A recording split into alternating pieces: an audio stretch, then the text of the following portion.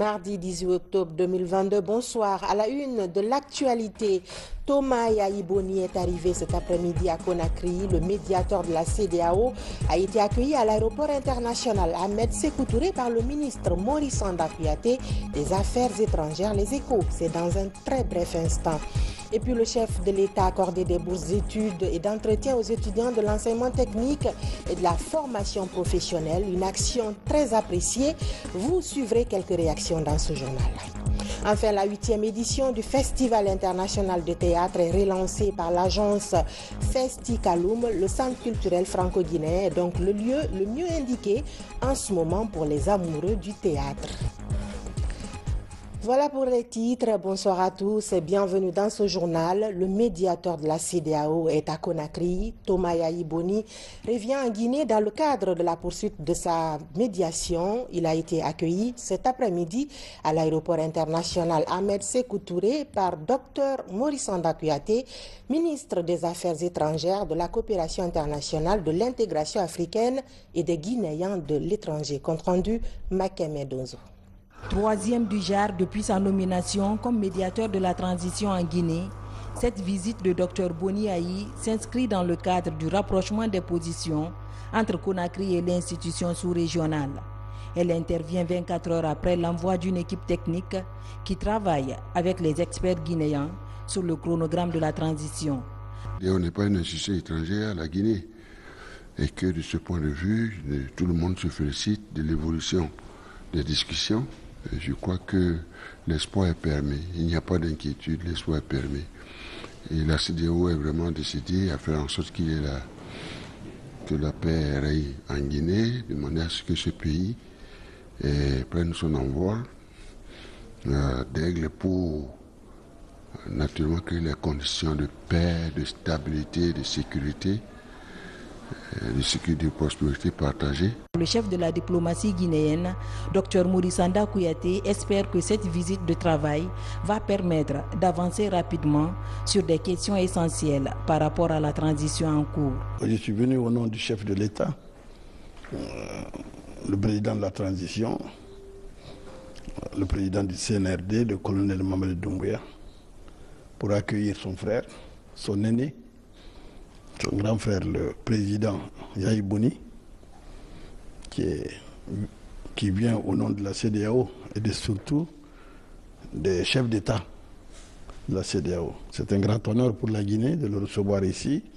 Il est chez lui et le président m'a demandé de venir l'accueillir, lui souhaiter la bienvenue et lui dire qu'il est toujours dans sa maison en Guinée.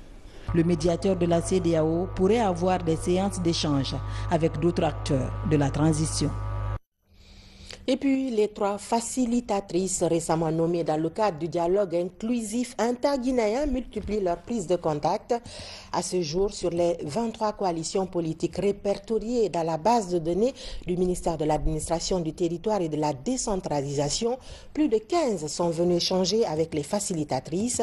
C'est une phase devant permettre de mieux préparer ces représentants de ces différents partis politiques avant le lancement officiel du dialogue inclusif. Reportage Ousmane Bangoura. Les facilitatrices poursuivent leurs consultations dans les QG des coalitions des partis politiques. Ici, au siège de l'Alliance des partis pour la victoire en abrégé à Pave, si au quartier Yimbaya, dans la commune de Matoto, le débat était participatif. Nous avons recommandé à ce qu'on interpelle tous les Guinéens parce que la paix et l'unité nationale étaient si chères à nos aïeuls. C'est pourquoi nous interpellons la classe politique avec munici au sens de la responsabilité dont a toujours fait montre le peuple de Guinée. C'est vrai que quelque part nous sommes souvent prompts à se quereller, mais nous devons être aussi capables de s'entendre quand l'intérêt commun est là. De Yimbaya, nous voici à Matoto, dans le quartier général de la COPAD. Entendez la coalition des partis pour une alternative démocratique. Là également, la démarche est bien appréciée par les membres de la coalition. Nous sommes heureux, très contents de recevoir ces facilitatrices, ces grandes dames, pour avoir notre avis sur la forme, le cadre du dialogue inclusif. Rassurés de la maturité des acteurs politiques guinéens, partout, les facilitatrices ont exhorté les acteurs impliqués dans ce processus à privilégier le dialogue. Toutes ces entités qui nous ont reçus avec beaucoup de respect et avec lesquelles nous avons échangé sur les questions qui les préoccupent et sur ce qu'ils souhaiteraient pour ce cadre de dialogue et les thématiques sur lesquelles ce cadre doit porter. Je pense que ceci viendra enrichir la matrice sur laquelle nous sommes en train de travailler et nous attendons que toutes les entités s'expriment. Sur les 23 coalitions politiques répertoriées dans la base de données du ministère de l'Administration du Territoire et de la Décentralisation, à ce jour, les facilitatrices ont réussi à échanger avec une quinzaine de coalitions. Hors de nos frontières, la 145e Assemblée générale de l'Union interparlementaire s'est achevée du côté de Kigali. Plusieurs recommandations sont adoptées par les parlementaires, notamment l'accompagnement du processus de transition en Guinée. Abdoulaye Diallo est notre envoyé spécial à Kigali. Le changement climatique, les droits de l'homme, les crises sanitaires et sécuritaires sont entre autres préoccupations mondiales débattues au cours de la 145e Assemblée générale de l'Union interparlementaire. Après un tour d'horizon des situations sociopolitiques des pays membres de l'organisation, suivi de débats intenses, plusieurs recommandations et des résolutions sont adoptées. Parmi elles figure celle relative au soutien sans condition de l'UIP à tous les organes législatifs des pays en transition jusqu'au retour à l'ordre constitutionnel. L'Union a été unanime à appuyer les institutions qui ont été mises en place pour gérer les transitions dans un certain nombre de pays, dont le Mali, la Guinée aussi, la Guinée bien sûr, le Tchad. Et donc nous sommes résolus à faire en sorte que nous puissions travailler avec ces institutions afin qu'on mette en place un cadre qui permette donc de refonder vos sociétés et mettre en place des systèmes de gouvernance qui répondent aux attentes des populations. Cette recommandation pertinente approuvée par ces parlements membres de l'UIP galvanise davantage les représentants des différents pays concernés. Nous nous réjouissons de cette décision qui sans doute est liée à la bonne compréhension de la situation par les instants dirigeants de l'UIP. Et pour que cette compréhension soit là, il fallait que des représentants de la Guinée soient sur place pour expliquer, travailler et parler avec les responsables de l'instance. Et aujourd'hui, dans une résolution qui a été adoptée à l'unanimité, l'UIP s'engage à accompagner la Guinée dans les réformes à faire pour la sortie de la transition. Par ailleurs, Dr Dansa Kourouma rassure les parlementaires de l'engagement de son institution à élaborer et à voter des textes et des lois qui contribueront à asseoir des bases solides et à garantir le principe démocratique en Guinée. De Kigali, nous partons à Tunis pour suivre la fin du Salon international de l'investissement agricole et de la technologie.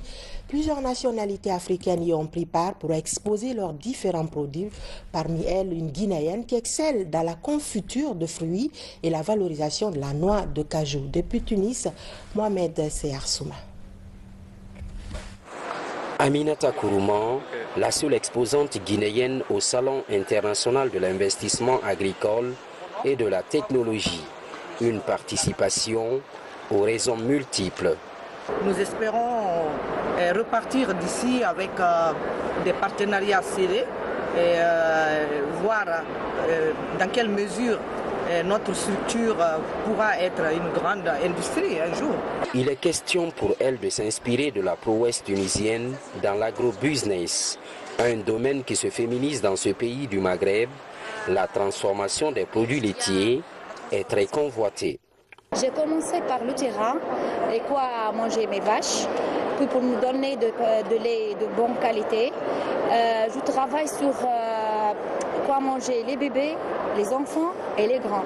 Dame Kourouma se voit intéressée par la branche laitière de l'agrobusiness. À travers son stand, elle fait montre de sa palette de produits. La douce de Guinée et les épices de Guinée que vous voyez en face, version hôtellerie. Ça c'est les 35 grammes, les 270 grammes c'est la version personnelle, hein, et puis version famille, vous avez les 340 grammes. Le CIAT 2022 attire plusieurs nationalités africaines. Question de contact, mais aussi de développement des affaires. C'est un atout pour nous aussi qui visitent pour pouvoir mettre à profit tout ce qu'on voit et dans l'optique d'améliorer ce qu'on peut, du mieux qu'on peut, et d'adapter certaines techniques qu'ils adaptent pour perfectionner le milieu de l'agrobusiness chez nous. Pour cet entrepreneur guinéen, il est important de qualifier à travers des formations et des équipements modernes l'agrobusiness dans le pays. Sur un tout autre plan, le gouvernement guinéen veut minimiser les risques professionnels en milieu de travail. Il a commencé le processus de mise en place d'un programme national de santé et de sécurité au travail à travers le ministère du Travail et de la fonction publique. Déjà, le document relatif au profil national est validé et les parties prenantes envisagent de promouvoir les actions de prévention dans les secteurs publics et privés du pays. Mamadi Terna Kamisoko. C'est un pari pour les autorités guinéennes. D'ici la fin de l'année, la Guinée veut se doter de tous les instruments réglementaires et institutionnels devant garantir un environnement fiable de travail dans les secteurs publics et privés. Après la révision et l'actualisation de la politique nationale de santé et sécurité au travail, le processus d'élaboration du profil national débute enfin. Il s'agit d'un document diagnostique sur la problématique qui balise le chemin à l'adoption prochaine d'un programme national en matière de santé et sécurité au travail. Les administrations en charge du travail font face actuellement à de nombreuses difficultés dans leur fonctionnement et leur organisation dans le cadre de la protection, de la surveillance et du contrôle de la sécurité santé au travail. Ces difficultés impactent leur performance qu'ils peinent à assurer correctement leur mission, d'où la mise en place d'un profil et d'un programme national qui sera un levier dans la mise en œuvre des actions de prévention et de gestion en sécurité santé au travail en faveur des travailleurs. Ce rendez-vous d'une importance capitale pour le monde du travail entre dans le cadre des concertations tripartites, patronat, syndicats et gouvernement. L'Organisation mondiale de la santé et le Bureau international du travail accompagnent la Guinée dans la démarche. En mai 2022, la Guinée a procédé à la validation de sa politique, de la politique nationale sécurité et santé au travail qui a été révisée. Et pour accompagner cette politique nationale, le pays est aujourd'hui en train d'élaborer un profil national qui va permettre d'adopter un programme national qui sera mis en œuvre. Les autorités de la transition sont effectivement engagées à doter notre pays de cadres législatifs, de cadres légaux et réglementaires pour que chaque travailleur puisse se sentir en sécurité et à l'aise dans son lieu de travail. Il est question de minimiser les risques professionnels sur chaque poste de travail. L'objectif pour le gouvernement guinéen est de montrer que l'employeur est responsable de la sécurité et de la santé au travail à travers la mise en place des actions de prévention, d'information, mais aussi de formation. Direction Labé, où les structures sanitaires de la commune rurale de Dalen et de Tchanguelbori ont obtenu leur toute première étoile de performance. Des étoiles, signe de l'amélioration des offres de soins dans les domaines tels que la planification familiale. Sarafdine Diallo, Marouane Kamara. La gestion basée sur la performance est une approche initiée pour améliorer la qualité des services sanitaires. Ainsi, pour atteindre cet objectif, l'USAID accompagne JS Pigou à travers le projet Haute Qualité de Services pour le développement, en vue d'intégrer cette approche pour contribuer à la réduction de la mortalité maternelle et néonatale en Guinée. Cette reconnaissance est accompagnée par le développement des compétences. Je voudrais rappeler que les structures qui sont dans cette compétition ont bénéficié de renforcement des compétences, notamment 3 modules sur le management des structures de santé, basés sur l'utilisation des standards de performance. Ensuite, vous avez constaté l'octroi d'un important lot de matériel et équipement pour la mère et de l'enfant. Nous vous promettons que les connaissances, les bonnes pratiques acquises durant ce processus serviront à offrir à nos communautés des soins de santé de qualité. Dans la région de Labé, 18 structures sanitaires appliquent cette approche. Aujourd'hui, grâce à leur qualité de prestation, les centres de santé de Dalen dans la préfecture de Labé et Tchanguelbori dans l'Elouma viennent de bénéficier de leur toute première étoile d'or performance PIMAR. Ce que j'ai vu dans les 2 centres de santé, ça dépasse tout commentaire. Et je remercie surtout nos partenaires qui sont en train de créer une émulation au sein de nos différentes structures sanitaires. Les soins obstétrico-néonatales d'urgence, la planification familiale et contre des infections sont des domaines prioritaires choisis par le ministère de la Santé et de l'Hygiène publique. Le centre de santé de Timbo aussi, après évaluation, bénéficie de sa toute première étoile d'or, une performance globale de 90%, résultat de plusieurs années de recherche. Mamadou Paté Baldé est notre correspondant à Mamou. Timbo, ancienne capitale du Fouta théocratique, accueille la première étoile d'or de son centre de santé. Il s'ajoute désormais aux sites les plus performants en matière d'accès à des soins de santé de qualité, avec une performance globale de 91,15% en assurance qualité. C'est l'œuvre d'une longue lutte depuis 2009. Et à cet effet, la commune et la direction de la santé s'engage à conquérir la deuxième étoile. L'objectif de cette performance est d'améliorer la qualité des soins recherchés durant plusieurs années par ce centre de santé grâce à des séries d'évaluations internes. Nous encourageons les prestataires de soins et la communauté, et que ce centre c'est pour eux. C'est pour la communauté. La communauté n'a qu'à utiliser le centre de santé et les prestataires aussi d'être disponibles parce qu'ils sont là aussi pour la communauté.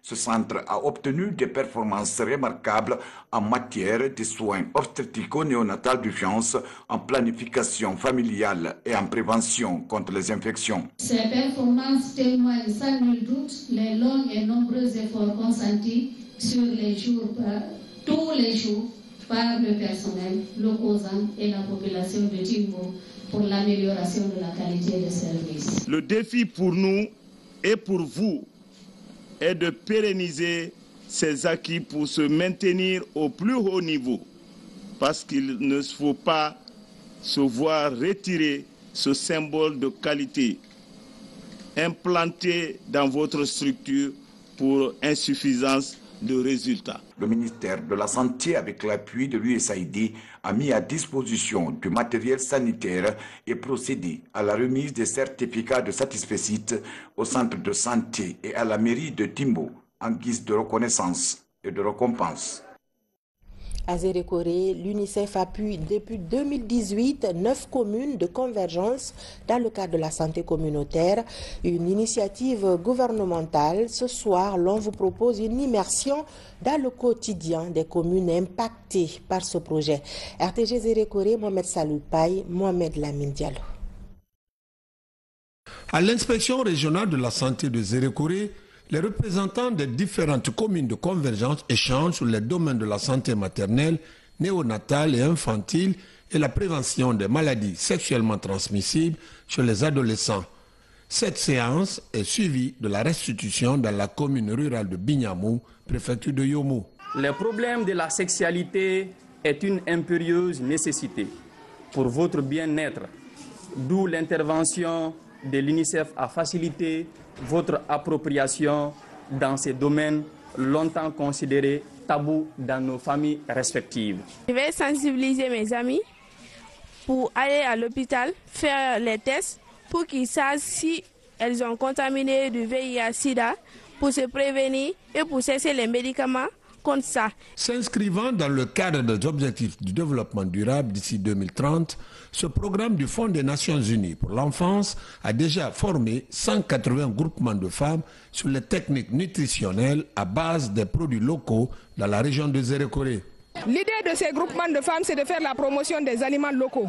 Les aliments que ces femmes vont utiliser pour préparer les recettes culinaires, ce sont des aliments que nous trouvons localement chez nous, que les femmes peuvent utiliser, préparer à moindre coût. Si une femme est allaitante, quelles sont les propriétés, comment elle doit s'occuper bien de son enfant. Donc j'ai acquis auprès des démonstrations que nos amis font. Pour faciliter l'appropriation du contenu de ce programme par les populations cibles, une série télévisée est projetée dans les communautés. Le but est de susciter l'adoption des comportements sains par le biais du dépistage précoce des IST VIH/SIDA. Dans l'actualité également, le programme américain de bourse Fulbright a été lancé dans la bibliothèque américaine de l'Université Générale Lansana Conté de Sonfonia, un programme destiné aux étudiants désireux d'étudier au pays de l'Oncle Sam. Les détails, c'est dans ce reportage signé Mikini Moussa Kamara et Abdoulaye Diallo. La bourse Fulbright pour étudiants étrangers est un programme d'études financé par la République fédérale des États-Unis d'Amérique. Ce programme a été créé pour accroître les échanges éducatifs internationaux entre les Américains et les citoyens de plus de 150 pays dans le monde. La première étape, c'est pour faire vos recherches. Qu'est-ce que vous voulez faire? Qu'est-ce que vous voulez étudier? La deuxième étape est d'avoir les financements. Et tout ça. La troisième étape, c'est d'avoir un visa. Et la quatrième étape, préparer pour les départs.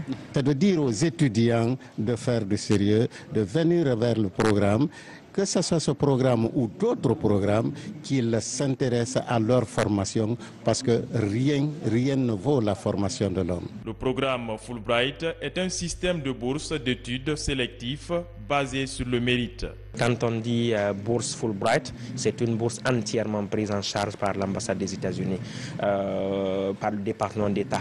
Donc qu'il s'agisse du billet d'avion, qu'il s'agisse des frais de logement, de nourriture et les frais de scolarité, tout est pris en charge par le contribuable américain. C'est la bibliothèque américaine de l'Université Générale Lansana Conté de Sonfonia qui a abrité le lancement de ce programme. Il est surtout destiné aux étudiants. L'expertise professionnelle et la maîtrise de l'anglais sont des atouts pour bénéficier de ces bourses d'études pour le pays de l'Oncle Sam. Parlons à présent de la qualification de l'enseignement technique et de la formation professionnelle, l'une des priorités présidentielles. Désormais, les étudiants de ce secteur ont droit à des bourses d'études et d'entretien, une première dans notre pays, et la décision du chef de l'État est accueillie avec beaucoup de joie. Fatoumata Kourouma. La valorisation du secteur de l'enseignement technique et de la formation professionnelle est parmi les priorités du chef de l'État. C'est pourquoi plusieurs actions entrant dans le cadre de la qualification du secteur ont été menées au cours de ces derniers mois. Entre autres, la rénovation de plusieurs écoles et l'ouverture des chantiers de 3 nouveaux établissements de formation professionnelle à Conakry. Tout récemment, des bourses d'études et d'entretien ont été attribuées aux étudiants du secteur par le président de la transition, le colonel Mamadi Doumbouya. La décision qui entre en vigueur cette année académique 2022-2023 est bien applaudie par les acteurs de la sphère de l'éducation technique et professionnelle. C'est une décision historique. Il faut d'abord dire que le président a pensé à consacrer dans un texte la gratuité de l'enseignement technique et de la formation professionnelle. C'est ce que représente la bourse d'études, qui est maintenant gratuite officiellement en République de Guinée dans les institutions d'enseignement technique et de formation professionnelle publique. Ensuite, le président de la République a pensé qu'il fallait aussi encourager les apprenants dans les institutions d'enseignement technique et de formation professionnelle à travers une assistance financière qui est inédite, qui est historique. C'est la toute première fois que cela se passe dans notre système et plus de 52 000 apprenants vont bénéficier de cela à partir de cette année. La nouvelle est accueillie avec enthousiasme chez les apprenants. Ils expriment toute leur reconnaissance au chef de l'État. Ce n'est que des sincères remerciements au nom de tous les étudiants de la République et tous les acteurs participant aux formations techniques et professionnelles. Je peux dire que c'est un acte favorable, c'est un acte rentable pour le pays et pour tous les apprenants de ces métiers. En tant qu'apprenant, à féliciter Monsieur le Président de la transition, colonel Mamadi Doumbouya. Ce que cette bourse va apporter comme changement, la première de ce mois qui vous parle présentement, l'année dernière je venais à l'école, je n'avais pas de transport. Si je n'ai pas de transport, je ne vais pas venir étudier sur les formations. Ça va nous permettre ici de prendre les taxis pour venir suivre la formation. Ces bourses pourraient avoir d'autres avantages incitatifs chez les jeunes confrontés aux rudes épreuves du marché de l'emploi. Ça va encourager beaucoup plus de jeunes Guinéens à s'orienter vers ce secteur-là parce que beaucoup d'entre eux sont des jeunes en difficulté où les familles sont dans des situations de pauvreté où ils ne peuvent pas s'inscrire dans ces écoles. Donc le président de la République vient de régler ce problème. Ces apprenants avaient aussi des problèmes pour se déplacer et pour se restaurer une fois sur le site de l'école. Ce problème vient atténuer les difficultés, pas régler tous, mais atténuer ces difficultés. Et ainsi, le président de la République, dans le souci justement de prendre tous les Guinéens au même niveau, est en train de favoriser l'émergence d'une classe ouvrière compétente en encourageant des jeunes Guinéens à aller vers les écoles d'enseignement technique. Les travaux dans ces écoles techniques et professionnelles tiennent compte de l'apprentissage pratique. Des équipements adéquats sont prévus pour chacune des filières afin de lier la théorie à la pratique. Nous avons commencé 3 chantiers cette année, 3 nouveaux chantiers, donc c'est le CFP de Donka qui est en train d'être reconstruit sur l'approche chantier-école, donc c'est les apprenants eux-mêmes qui reconstruisent leur propre école. Nous sommes à plus de 70% de réaliser à ce niveau. 8 salles de classe plus 2 nouveaux ateliers seront mis à disposition des apprenants à la rentrée et en janvier l'ensemble de l'école sera inauguré et mis à disposition des apprenants. C'est la même chose qui se passe au niveau du CFP chemin de fer sur les hauteurs de Simbaya à Matoto et de nouvelles écoles sont en train d'être rénovées en ce moment. À date, 400 enseignants, 100 professeurs des écoles normales au niveau master ainsi qu'une 50aine d'ingénieurs ont été formés. Et puis, poursuite de la signature des contrats de performance dans le secteur de l'éducation. 5 DCE de Conakry ont pris des engagements devant l'inspection régionale de l'éducation de la capitale. Ces cadres se sont engagés à produire des résultats positifs pour qualifier davantage l'enseignement-apprentissage dans notre pays. Abdelaziz Bali.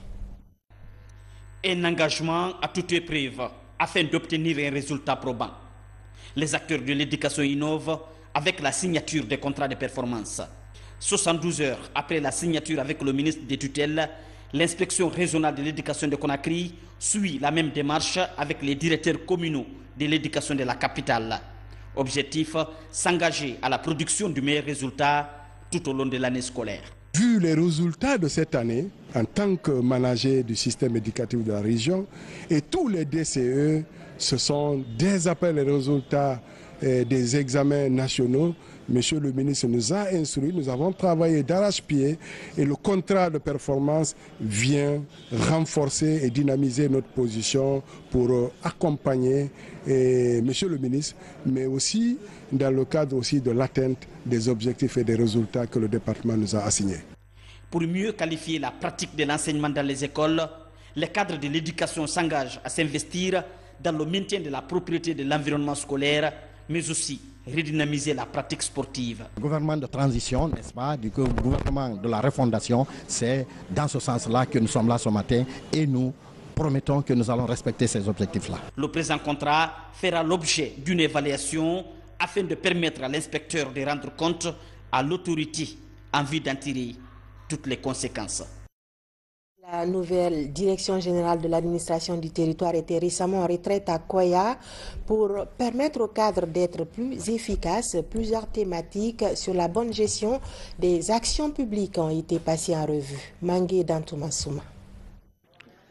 En cette phase de refondation de l'État prônée par les autorités de la transition, la nouvelle direction générale de l'administration du territoire vient d'organiser une retraite dans la préfecture de Koya à l'intention de ses cadres.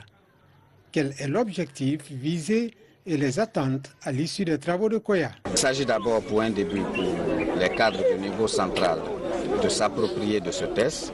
Question de donner plus d'efficacité à cette direction pour que notre territoire, à travers les préfets, les gouverneurs et les sous-préfets, soit mieux géré. Monsieur le Président de la Transition, sur proposition de Monsieur le Ministre de l'Administration du Territoire et de la Décentralisation, a érigé la Direction nationale de l'administration du territoire en direction générale. Ce qui nous oblige à faire une formation, à maîtriser les textes et régissant le fonctionnement de cette nouvelle direction. Ces cadres appelés à exercer le pouvoir public devrait être en mesure de coordonner et contrôler les actions des autorités administratives territoriales. Il s'agit de déballer les missions qui sont dévolues à la nouvelle direction générale de l'administration du territoire. Autre défi à relever, c'est le fonctionnement réel des subdivisions ainsi que les difficultés liées à cela. La commune de Kaloum a adopté son plan de développement local. Ce plan, considéré désormais comme la boussole de la commune, intègre toutes les activités de développement pour une période de 5 ans avec un budget prévisionnel de 7 milliards de francs guinéens par an. Moussa Bangoura. La mairie de Kaloum valide son plan de développement local. C'est au cours des travaux de la session du conseil communal que cette feuille de route a été adoptée par les conseillers communaux. Ce document va servir désormais de tableau de bord pour toutes les activités de la commune pour les 5 prochaines années. Ce conseil communal va laisser un document qui est vendable avec les partenaires et avec l'État même pour permettre à tous ces partenaires d'investir dans ce programme parce que ce sont les préoccupations actuelles des citoyens de Kaloum. Pour que la commune puisse être développée, il faut un plan de développement local dans lequel on inscrit des actions de la commune pour les 5 années à venir. Aucun financement ne peut se faire sans ce document. Toutes les actions à réaliser au niveau des différents secteurs de développement sont incluses dans ce plan, notamment la rénovation et l'extension de certaines écoles et centres de santé, la construction des maisons des jeunes, l'entretien de la voirie urbaine de Kaloum et le renforcement de capacité du personnel. Tout ce qui a été cité là, ce sont nos besoins. C'est les besoins de la communauté. Maintenant, notre souhait, notre prière, que cela soit réalisé par les autorités communales. Dans la commune de Kaloum, il y a beaucoup d'atouts en matière de développement, en matière d'infrastructures économiques qui peuvent être réalisées dans cette commune. Et si vous voyez la vision de développement de la commune pendant les 10 ans, 15 ans à venir, il y a des actions de développement qui peuvent être réalisées dans les différents quartiers de la commune. Suivant le code des collectivités locales, un budget de 7 milliards de francs guinéens accompagne ce plan stratégique de la commune au compte de cette année 2022. Transférer à l'État guinéen toutes les compétences et outils de promotion des droits féminins en entrepreneuriat, c'est une idée de Enabel et de CADES Guinée. Il s'agit des compétences et des outils de sensibilisation initialement identifiés en matière de promotion des droits des femmes à tous les niveaux. Abraham Christophe Conti. Dans cette salle, des cadres et des responsables religieux en charge des droits dans l'entrepreneuriat féminin. Ils prennent part à la rencontre nationale de formation, de transfert des compétences et des outils de promotion des droits de l'entrepreneuriat féminin en Guinée. Cela dans le cadre du projet de l'amélioration participative des conditions d'égalité des droits et autonomisation économique des femmes. Un projet porté par l'ONG CADES Guinée. Il y a eu des concertations qui ont été organisées au niveau local qui ont abouti à la définition de 5 principaux droits entrepreneuriaux féminins. Le premier droit, c'est le droit d'accès des femmes à des revenus, libre accès à des revenus. C'est le droit aussi à la gestion de ces revenus-là. C'est le droit d'accès à l'héritage de la terre par la femme. Le droit aussi à la propriété légale par la femme. Le 4e, c'est le droit d'accès à la formation, libre accès à la formation. Et le 5e droit, c'est le droit d'accès au financement des femmes. Financé par le Royaume de Belgique, ce projet renforce la coopération bilatérale avec la République de Guinée. L'intervention d'Enabel va toucher l'axe Conakry-Kindi-Amamou. Le but est de créer un environnement des affaires propice au respect du genre. La raison est très simple. Trop souvent, quand on parle de l'entrepreneuriat, on pense presque de façon automatique aux hommes d'affaires, les petits entrepreneurs, ceux qui sont en démarrage et qui veulent se professionnaliser, mais on n'a pas assez d'attention spécifique pour les femmes. Et ces femmes aussi rencontrent très souvent des défis et on va dire des difficultés plus grandes que les hommes.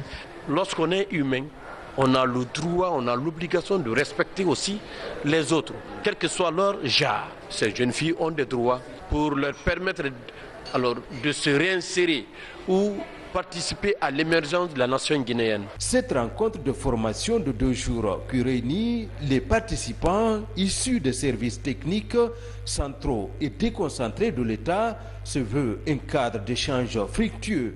Elle devrait améliorer la compréhension des cadres de l'État sur le mode de fonctionnement des résultats issus des dispositions participatives, des concertations en vue d'expliquer aux autorités la promotion de l'accès des femmes à leurs droits.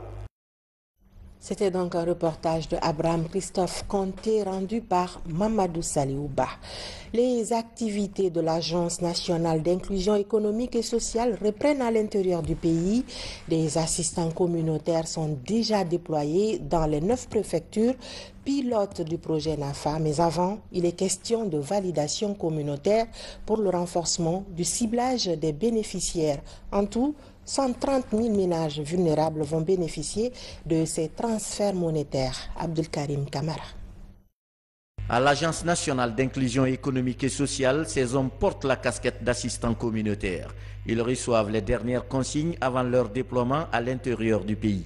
Leur mission, encadrer le processus de validation communautaire de la liste des potentiels bénéficiaires des transferts monétaires.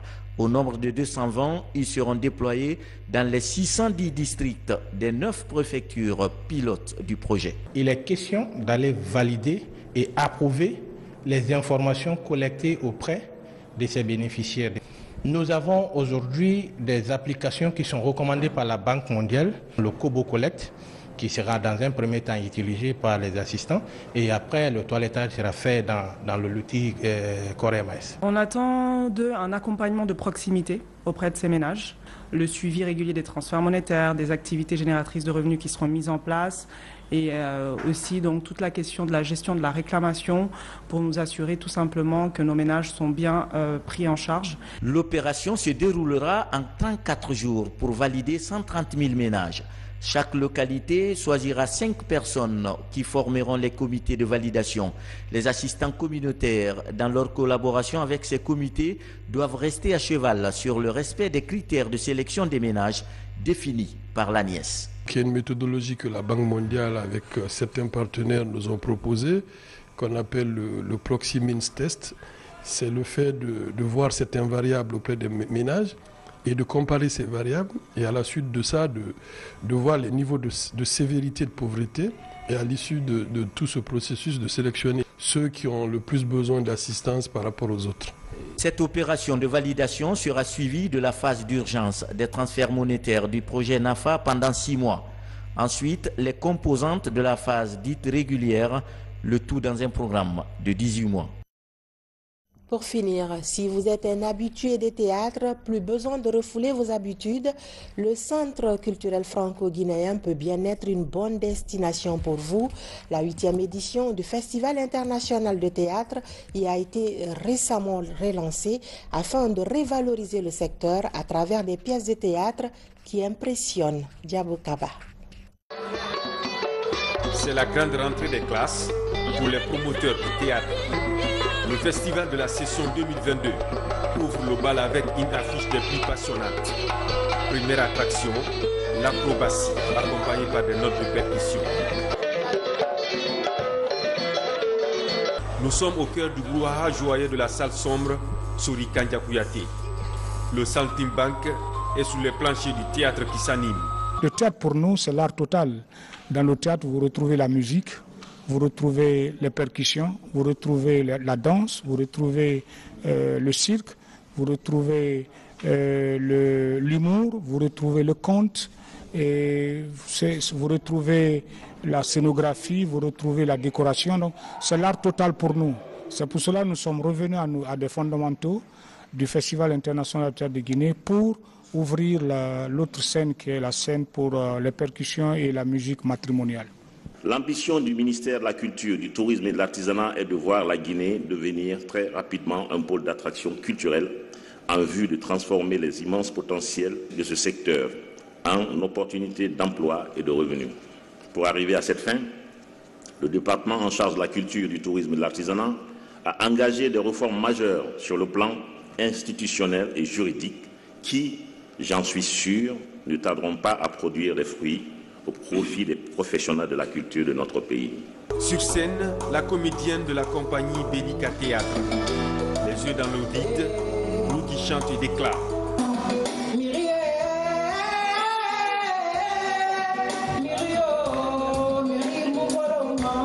La pièce est gorgée d'humour et d'énergie. Les mots qu'elle cherche portent la voix des femmes. Le titre déjà c'est Ainsi soit-il. Ainsi soit-il, peut-être ça va arriver, peut-être ça va pas arriver. C'est l'histoire, c'est une femme qui se raconte à travers les hommes. Ça parle, c'est politique, c'est l'amour, surtout dans notre milieu aujourd'hui, étant femme. Les hommes pensent qu'il faut rester à la maison. Tout le temps, c'est je t'aime, moi, comme toujours. Et puis, en réalité, c'est pas ça. C'est dire aux femmes jusqu'où il faut, à un moment donné, prendre ses responsabilités, s'arrêter et regarder derrière et prendre une décision. Le Festival international de théâtre de Guinée est un rendez-vous des expressions artistiques et culturelles. L'esprit de la 8e édition est de défendre et d'illustrer à nouveau la diversité de la culture guinéenne.